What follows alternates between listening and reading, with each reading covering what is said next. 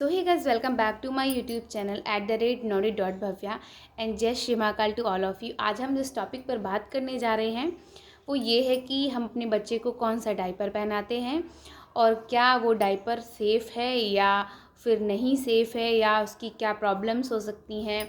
तो ये हम जितनी भी नई माँ हैं उन सभी के लिए ये वीडियो है और आज हम इसी बात पर अच्छे से डिस्कस करेंगे कि आप लोग कौन सा डायपर यूज़ कर रहे हैं और मैं अपना पर्सनल एक्सपीरियंस बताऊंगी कि मैं अपने बेबी के लिए कौन सा डायपर यूज कर रही हूँ।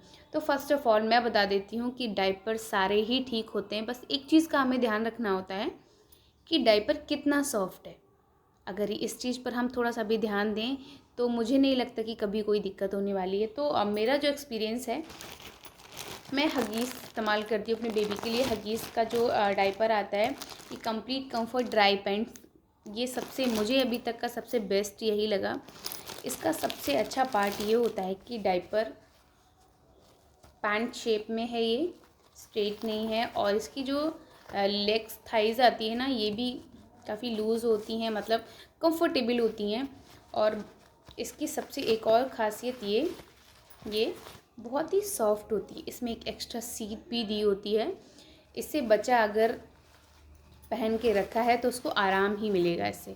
और एक बात, क्या मेरे से एक लोगों ने ये भी पूछा था कि क्या डायपर कितने टाइम तक पहना के रखना है, तो मेरा उसको यही कहना होगा कि आप डायपर को 4 घंटे से ज़्यादा ना पहनाएं, क्योंकि डायपर अगर गीला रहेगा तो बच्चे को रेसेस होंगे या उसको फंगल इन्फेक्शन हो सकता है। इन सारी प्रॉब्लम से फेस करना पड़ सकता है हमें। तो मेरा यही सजेशन होगा कि आप बच्चे को ज़्यादा टाइम तक डायपर ना पहनाएं।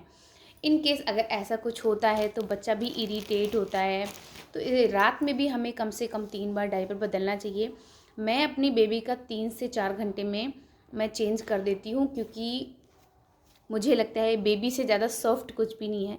बच्चे इतने ज़्यादा सॉफ्ट होते हैं, अगर डायरेक्ट उनके कांटेक्ट में कुछ भी गलत आ रहा है तो मुझे लगता है कि उससे दिक्कत होगी। अगर बच्चे को रेसेस से बचाना है तो हमें उनका ध्यान बहुत ज़्यादा रखना पड़ता है। तो ये डायपर बहुत कंफर्टेबल है मेरी बेबी के लिए।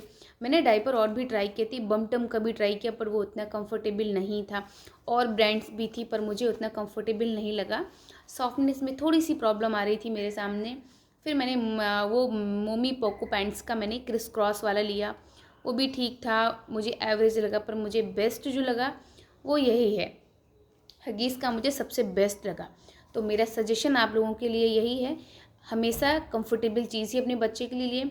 एक सवाल और लोगों के सामने आता है कि हमें कैसे चूज़ करना है अपने बच्चे के लिए साइज़। तो जैसे कि ये एक स्मॉल साइज़ का है, इसमें लिखा हुआ है 4 to 8 kg। अगर आपके बच्चे का वेट 4 to 8 kg के अंदर है तो ये, बट मैं ऐसे चूज़ नहीं करती हूँ। मुझे लगता है कि जैसे 4 and 8 12 हो गया, मैं इसको 2 से डिवाइड कर देती हूँ 6।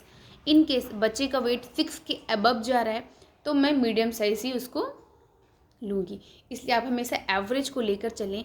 बच्चे का वेट अगर 7 kg है तो मैं मीडियम ही प्रेफर करूँगी, थोड़ा सा कंफर्टेबल होता है, बच्चे को बहुत रिलैक्स फील होता है। डायपर से जुड़ी अगर और भी आपके मन में कोई सवाल हो तो आप ज़रूर मुझसे पूछ सकते हैं। And thank you for watching my video and thank you so much.